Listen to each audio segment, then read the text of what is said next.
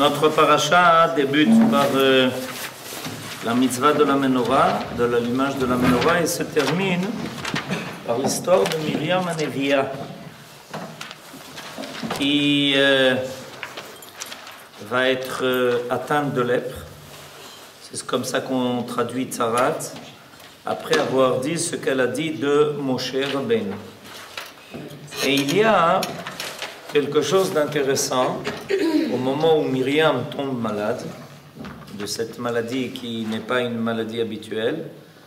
C'est comment les deux frères de Myriam, aussi bien Aaron que Moshe Rabbeinu, vont se mobiliser pour plaider en faveur de Myriam et l'amener à être guérie d'eux. Il y a ici quelque chose qui est important à repérer, parce que on aurait pu assister à une situation où Myriam, ayant fauté comme elle a fauté, les deux frères acceptent la situation telle qu'elle a été créée, avec ce que cela implique. Or, on voit que dès que Myriam est atteinte de la lèpre, aussi bien Aaron que Moshe vont tout faire pour aider leur sœur qui est devenue impure à cause de cela, à cause de la lèpre, et même devait sortir du camp. Et il est intéressant de voir quels sont les arguments qui vont être utilisés par Aaron et ensuite être couronné par la prière de Moshe Rabbeinu, qui nous apprend comment prier, de Moshe Rabbeinu qui prie pour sa sœur. On apprend comment prier. Elna Refanala.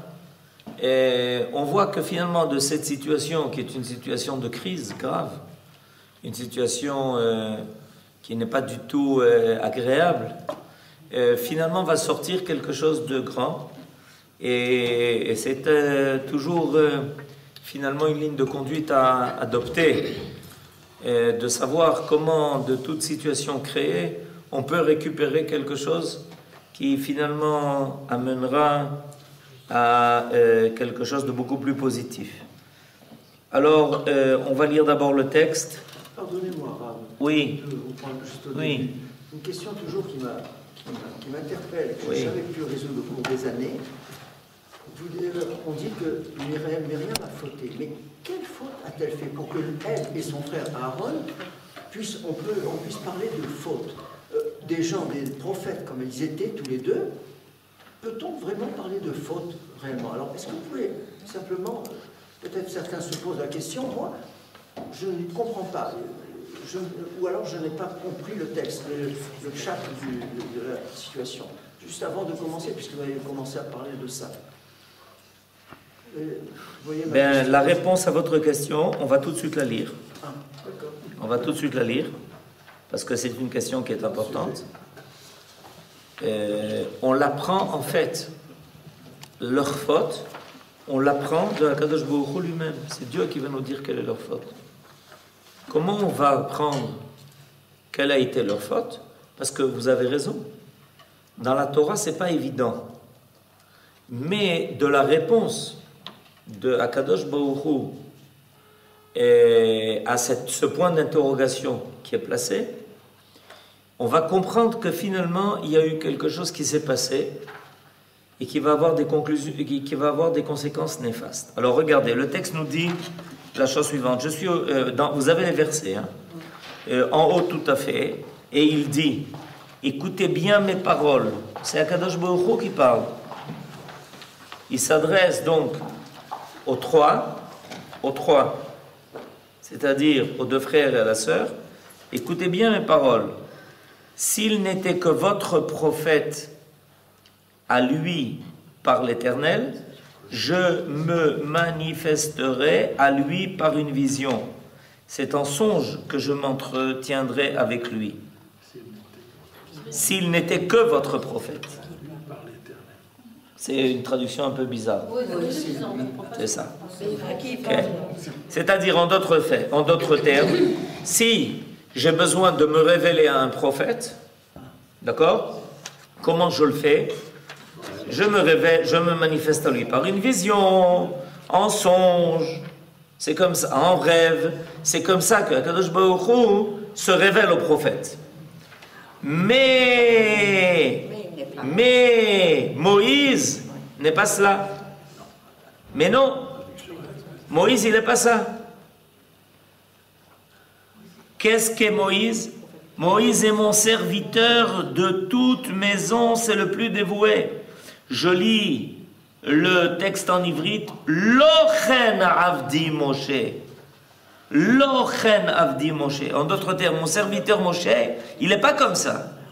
Bechol beiti neemanu. Dans toute ma maison, il est fidèle.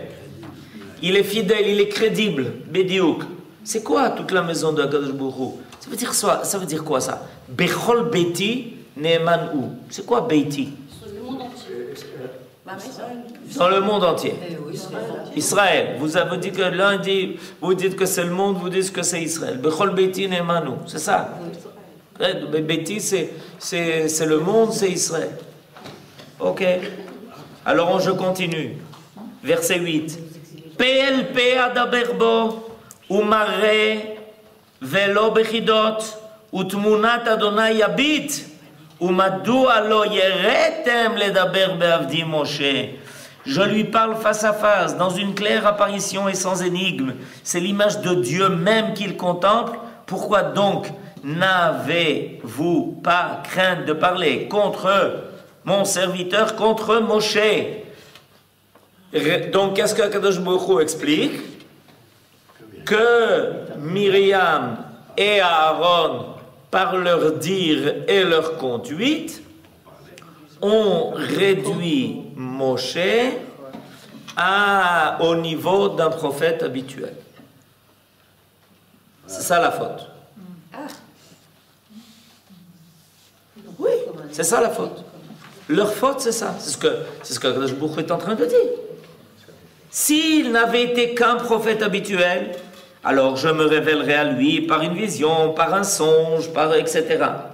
Mais mon cher Rabbeinu n'est pas ça. Ah. Donc, quelle a été la faute de Myriam et de Aaron? C'est d'avoir pensé que mon cher Rabbeinu n'était pas n'importe qui. Chas v'shalom, c'est pas ce qu'ils ont dit. Mais qu'il était un prophète habituel. Comme eux. Exactement. Donc il y a eu en fait un tzimtzum, une réduction de ce que Moshe Rabbeinu était. Maintenant, les conséquences sont énormes et très graves. Les conséquences vont porter sur toutes les générations à venir. Est-ce que l'on peut contester la prophétie de Moshe? Est-ce que peut être remis en cause quoi que ce soit de la Torah? Est-ce que Moshe Rabbeinu va dire et va toujours primer sur ce que n'importe quel autre prophète pourra dire? Vous comprenez? C'est ce que Akadosh Baruch Hu est en train de dire à Aaron et Myriam et Aaron, c'est que la Torah de Moshe n'a pas d'égal. Rien ne peut arriver au niveau de la Torah de Moshe.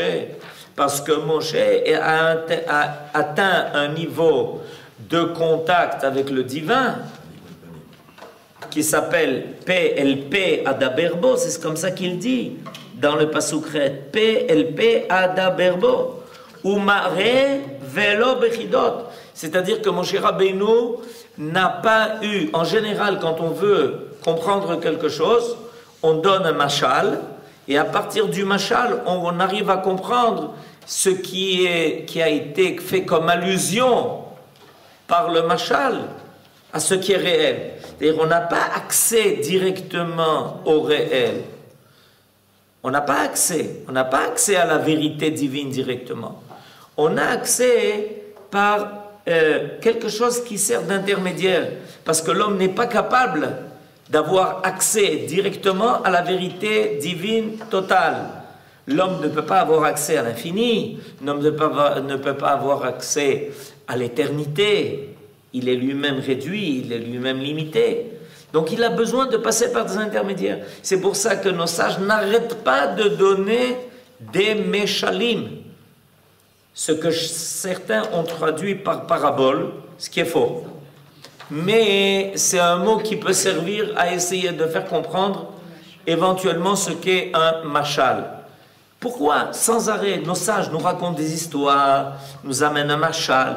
Parce que, par association, on peut essayer de comprendre ce qui se cache derrière tout cela. Mais on n'a pas d'accès direct. L'homme n'a pas d'accès direct à la vérité totale.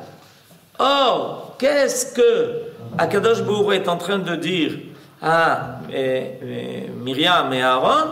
Mais mon cher Rabbeinu, oui. Alors, vous l'avez réduit. C'est pour ça que les prophètes, quand ils nous donnent des prophéties, ils ne font pas de prophéties de halachot. Il n'y a pas de prophétie de halakha. Il n'y a pas de prophétie qui a pour but de nous enseigner des dinim, des halachot. Vous remarquez? Les prophètes, de quoi ils vous parlent? Ils vous parlent des visions qu'ils ont vues, de la fin des temps, de la résurrection des morts, du dévoilement de Akadosh Baruch Hu à travers l'histoire, de Daniel qui voit une statue, qui voit les empires monter et tomber, etc. Mais il n'y a pas de prophétie concernant la halakha. C'est pas, j'ai une question de halakha, ok? Alors je pose ma question et Akadosh Baruch Hu me répond pas prophétie. Ça n'existe pas. 26. Ça ne marche pas comme ça. Si j'ai un problème de halakha, il faut que je m'adresse à Moshe Rabbeinu. Et si Moshe Rabbeinu n'est pas là, alors aux sages qui ont reçu la Torah de Moshe Rabbeinu. Mais je ne m'adresse pas aux prophètes. Pour avoir une réponse de halakha, on ne s'adresse pas aux prophètes. Alors ça veut dire quoi ça? Ça veut dire que le niveau des prophètes n'arrive pas au niveau de Moshe Rabbeinu, qui lui, sa prophétie, c'est des halachot, c'est des mitzvot. C'est Akadosh Baruch Hu qui lui dit directement comment se comporter dans la réalité pour permettre la présence divine dans le monde. Les prophètes sont là soit pour faire la morale, c'est-à-dire rappeler aux enfants d'Israël quelle est la Torah de Moshe, soit pour faire des prophéties sur le futur. Visionnaires. Mais ils ne sont pas là pour vous dire, alors écoute, je veux savoir, j'ai un problème. Est-ce que j'ai le droit de débrancher ma plata le Shabbat? Tu vas trouver un prophète, il n'y a pas de réponse. Il ne voit pas ça, il ne le voit pas. C'est-à-dire quoi? Qu'est-ce que ça veut dire quoi qu'il ne voit pas ça? Tu dis, mais c'est pas grave ça. Ça, c'est des petites bricoles.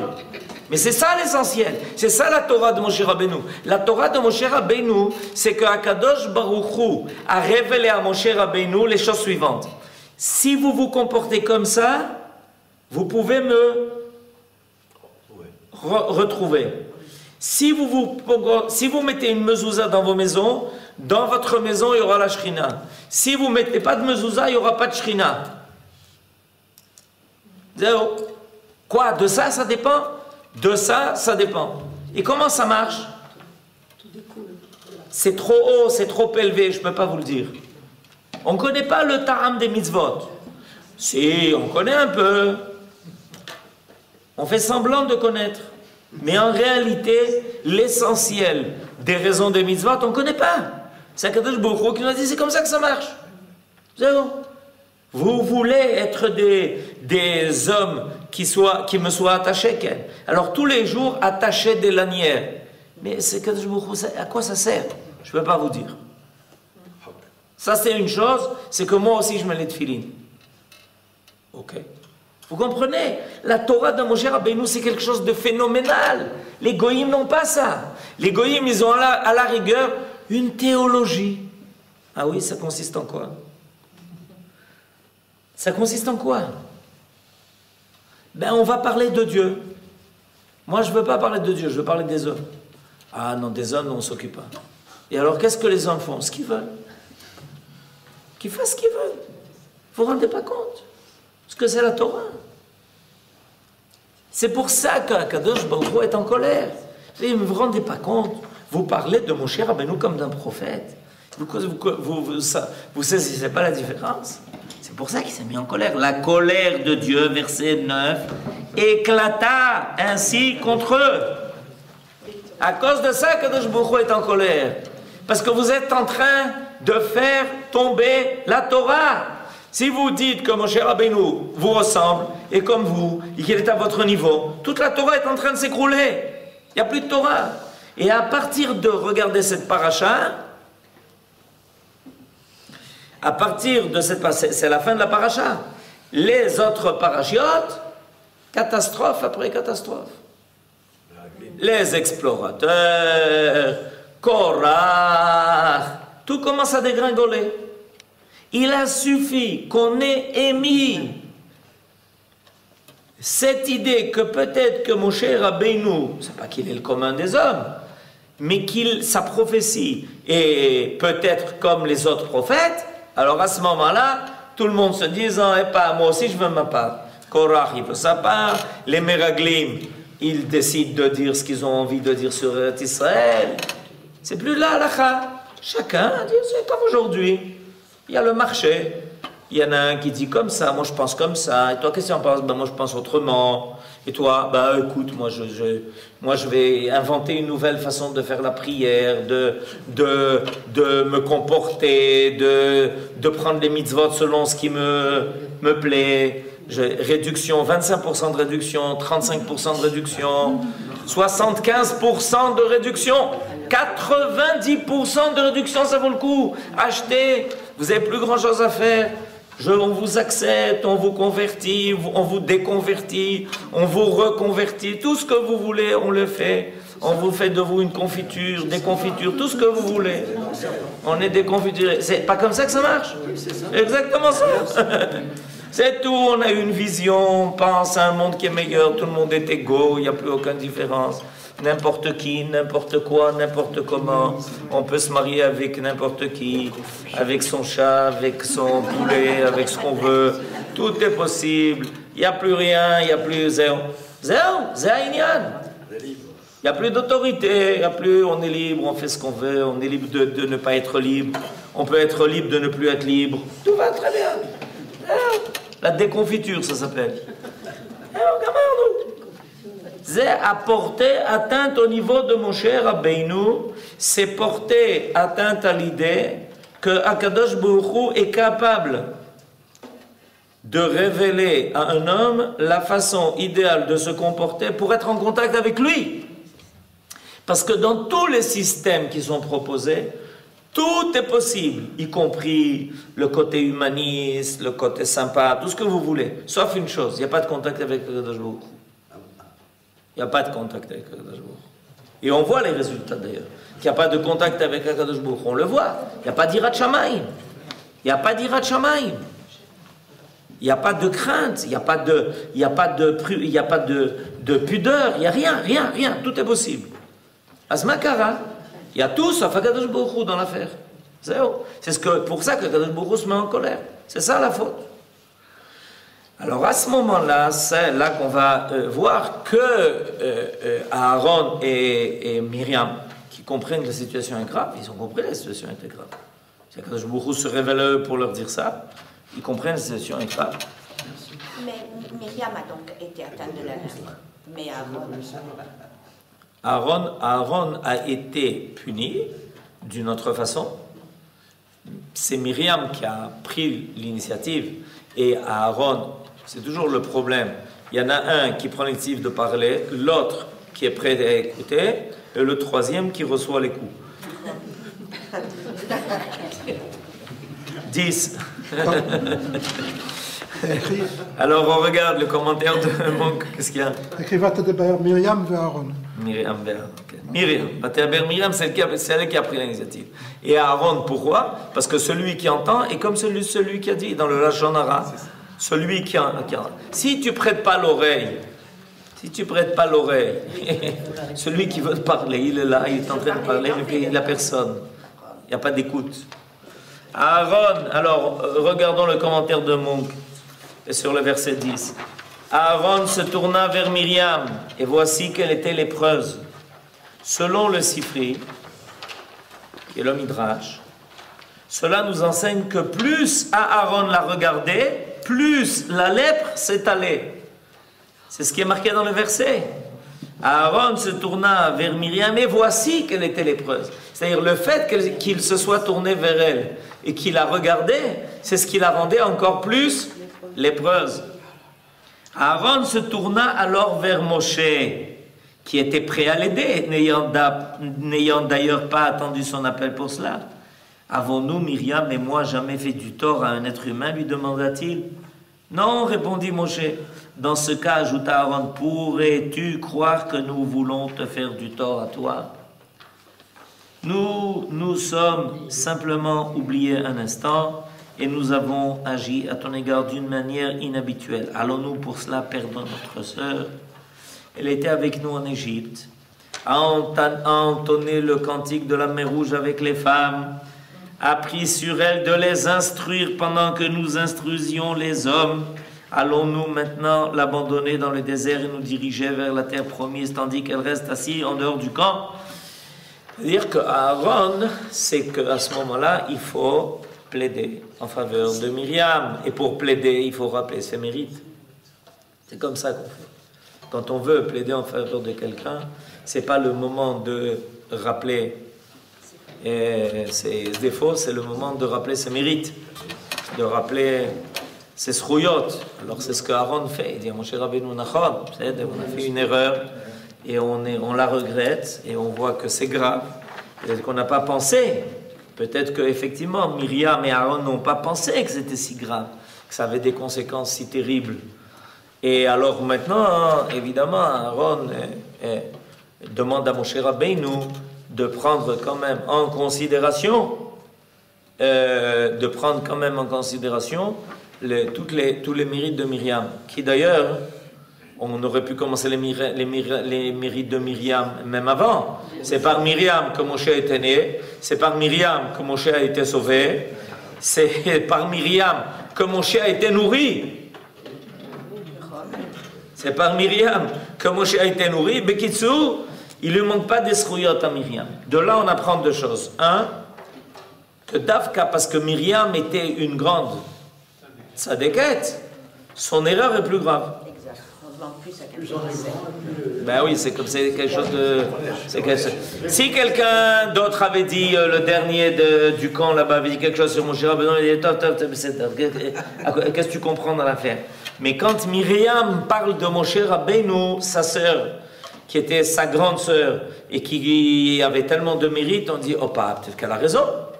C'est ça qui est grave. C'est pour ça que Akadosh Baruch Hu intervient avec tellement de vigueur, parce qu'on est obligé d'arrêter ici quelque chose qui risque d'avoir des conséquences très graves. Si Moshe Rabbeinu ose parler, si Myriam ose parler de Moshe Rabbeinu.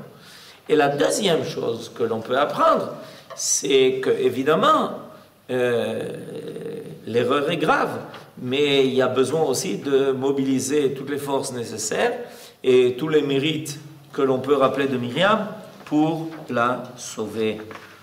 Et c'est pour ça qu'au verset 11, Aaron continue de s'adresser à Moshe en disant, de grâce, ne nous impute pas à pécher. Aaron dit à Moshe, si nous avons péché par erreur, pardonne-nous et ne nous l'impute pas comme si nous l'avions fait à dessein. C'est-à-dire, c'est par shogeg et lo mezid. Aaron entendait par cette phrase impliquer Moshe aussi dans ce genre de péché. N'avait-il pas également eu jadis la main couverte de lèpre devant le buisson ardent, et ce comme châtiment divin pour avoir dit, des enfants d'Israël, ils ne me croiront pas et n'écouteront pas ma voix. C'est-à-dire que selon cet enseignement, Aaron est en train d'expliquer à Moshe Rabbeinu que ça arrive, que l'homme fasse des erreurs. Comme ça t'est arrivé à toi aussi. En chacham ke ba'al nisayon. Puisque Moshe Rabbeinu, toi aussi tu es passé par là, Et la meilleure preuve que ça t'est aussi arrivé d'avoir été atteint de tsarat pour avoir par inadvertance dire des enfants d'Israël qui n'étaient pas ma'ami nim. Évidemment, tu ne l'as pas fait bémézid, tu l'as fait par shogeg, et tu vois que ça peut arriver. Mais la grande question qui va se poser, est-ce que c'est Moshe Rabbeinu qui doit pardonner? C'est-à-dire, est-ce que le problème est à un niveau personnel? Ou est-ce que pour Akadosh Baruch Hu, ça ne suffit pas? Même si Moshe Rabbeinu pardonne à Myriam ce qu'il évidemment va faire, il y a néanmoins un problème grave qui a été créé au niveau de l'essence des choses. C'est-à-dire que des fois, il faut savoir, porter atteinte à Moshe Rabbeinu, c'est une atteinte d'ordre personnel, et comme quand on porte atteinte à quelqu'un, il faut ensuite s'excuser et lui demander de te pardonner, ou est-ce que c'est quelque chose de beaucoup plus grave, parce que ça atteint une autorité, parce que ça atteint le statut de Moshe? Alors, ça c'est le problème. Et Aaron s'adresse à Moshe Rabbeinu comme si Moshe devait pardonner à Myriam. Mais Moshe Rabbeinu, c'est clair qu'il a pardonné à Myriam. Mais néanmoins, au niveau de Akadosh Baruch Hu, ça ne résout pas le problème. Parce qu'une fois que ça a été dit, une fois que ça a été exprimé, c'est le statut de Moshe Rabbeinu qui est mis en cause. Et même si Moshe Rabbeinu pardonne, vous savez qu'il y a une halakha. Melech shemachal al kvodo, en kvodo machul. C'est-à-dire qu'un roi, même s'il est prêt à pardonner une atteinte qui est portée à son honneur, la personne qui a porté honneur, qui a porté atteinte à l'honneur du roi, n'est pas quitte. Parce qu'il n'a pas atteint le bel air au niveau personnel. Il a, pardon? La fonction. Il a atteint la fonction. Il y a quelque chose qui a été abîmé. Il y a quelque chose. Alors, qu'est-ce que Aaron continue de dire à Moshe à propos de Myriam? Qu'elle ne soit pas comme un mort-né. Rachi cite différentes explications de ce verset. Qu'elle ne soit pas comme un mort-né. Mais il convient de ne pas oublier que Myriam était l'une des sages femmes que le pharaon avait appelées pour assurer l'extermination des garçons d'Israël. On l'a nommée alors Poua, mot dont le radical signifie parler à voix haute, parce qu'elle parlait aux enfants comme le font les femmes pour calmer un bébé sur le point de pleurer. C'est un moyen de tenir secret les enfantements. Ces paroles de jadis compensaient bien celles d'aujourd'hui, qu'elles n'apparaissent donc pas comme une morte, le lépreux étant assimilé à un mort, ou ressemblant à un mort-né qui, dès sa sortie du sein de sa mère, a une partie de sa chair consumée, comme la chair d'un lépreux. Car c'est bien à Myriam, Poua, comme à sa mère Yochevet, que les nouveaux Israélites, les nouveaux-nés israélites en Égypte durent leur survie. C'est-à-dire que Aaron fait valoir les mérites de Myriam. C'est elle qui a amené les tinocotes au monde. Alors faisons tout pour qu'elle ne reste pas comme un tinoc qui aujourd'hui est considéré comme mort puisqu'elle a la lèpre. Ça voudrait dire que les premiers arguments de la collectivité, quand il dit que Myriam a chanté le cantique, etc., c'était pas des arguments suffisants. Puisque là, il a été obligé d'appuyer davantage en sortant un mérite, enfin, à ses yeux, plus important. C'est comme lorsque l'on prie, on ne sait pas exactement. On prie, on rappelle beaucoup de choses. On ne sait pas toujours, finalement. Quand on voit que quand on prie, on invoque beaucoup d'attributs de Akadosh Baruch Hu. Ael, Agadol, Agibor, Vanora, El Elyon, Kone, Shamayim, Vaaretz. Parce que en réalité, on évoque toutes les possibilités. Et quand on prie et on doit invoquer les mérites de quelqu'un, on ne sait pas effectivement quelle est la chose qui est la plus conséquente. Qu'est-ce qui est finalement ce qui va? Et Moshe Rabbeinu se mobilise pour prier. Moshe Rabbeinu implora Sa prière ne fut pas mentale, mais il prononça les mots en les articulant bien, comme on le fait lorsqu'on prie pour un malade. Il ajouta les morts pour dire, demandant par là à Dieu de dire s'il acceptait de la guérir ou non. Il se tint au milieu d'un cercle tracé à la craie en déclarant, je ne quitterai ce point que quand tu auras guéri ma sœur. Si tu ne veux pas la guérir, je m'en chargerai moi-même, car tu m'as révélé comment se forme la lèpre et comment elle se dissipe. Il va jusqu'au bout, mon cher Rabbeinu. Il rigole pas. Mon cher Rabbeinu, il est toujours prêt à aller jusqu'au bout d'ailleurs. Après la faute du veau d'or, il a été jusqu'au bout. Il a dit à Kadosh Baruch Hu, si tu pardonnes pas aux enfants d'Israël, efface-moi de ton livre. Il pria ensuite en prononçant ces 5 mots, Dieu de grâce guéris-la. dont Rashi explique la brièveté. Vous savez que une des raisons, la prière la plus courte que l'on connaît, et Moshe Rabbeinu savait prier, et quand il voulait prier longuement, il le faisait aussi. Vaïtranan, il a prié 515 prières pour entrer en Eretz Israël comme Vaïtranan, et là il a prié la prière la plus courte que l'on connaisse, El, Na, Refa, Na, La, 5 mots. Et la raison invoquée est qu'il ne voulait pas qu'on pense qu'il faisait du piston à sa sœur. Parce que si un jour quelqu'un venait lui demander de prier pour un malade et que Moshe Rabbeinu avait rapidement dit une prière, on lui dit « Ah, pour ta sœur, tu as été prêt à prier de dire tout le livre de Teilim. Mais quand moi je te demande de prier, alors tu règles ça en quelques mots. » Alors pour sa sœur, il a fait 5 mots. Les autres n'auront rien à envier. Shabbat Shalom.